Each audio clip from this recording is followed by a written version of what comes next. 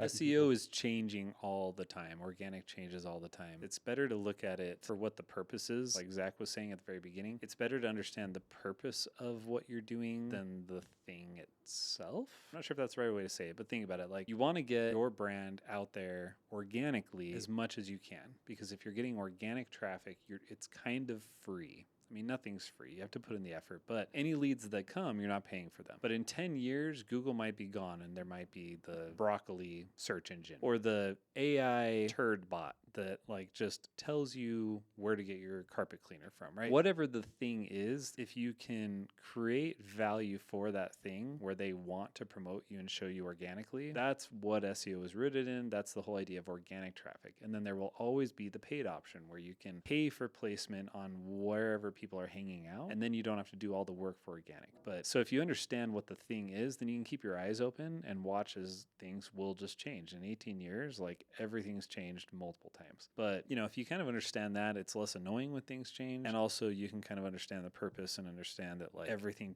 if it's free, it's going to take a lot of time. That's why people pay for ads, because they don't want to screw around waiting for organic placement. So you do want to do both, because organic has all the authority behind it. Everybody trusts organic rankings, but paid is immediate.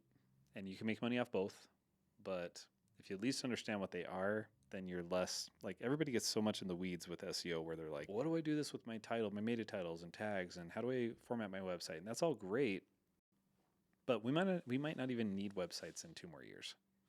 Yeah. You know, there might be there might be another way to do it where they just say, hey, we're not going to send traffic, period, to your own website.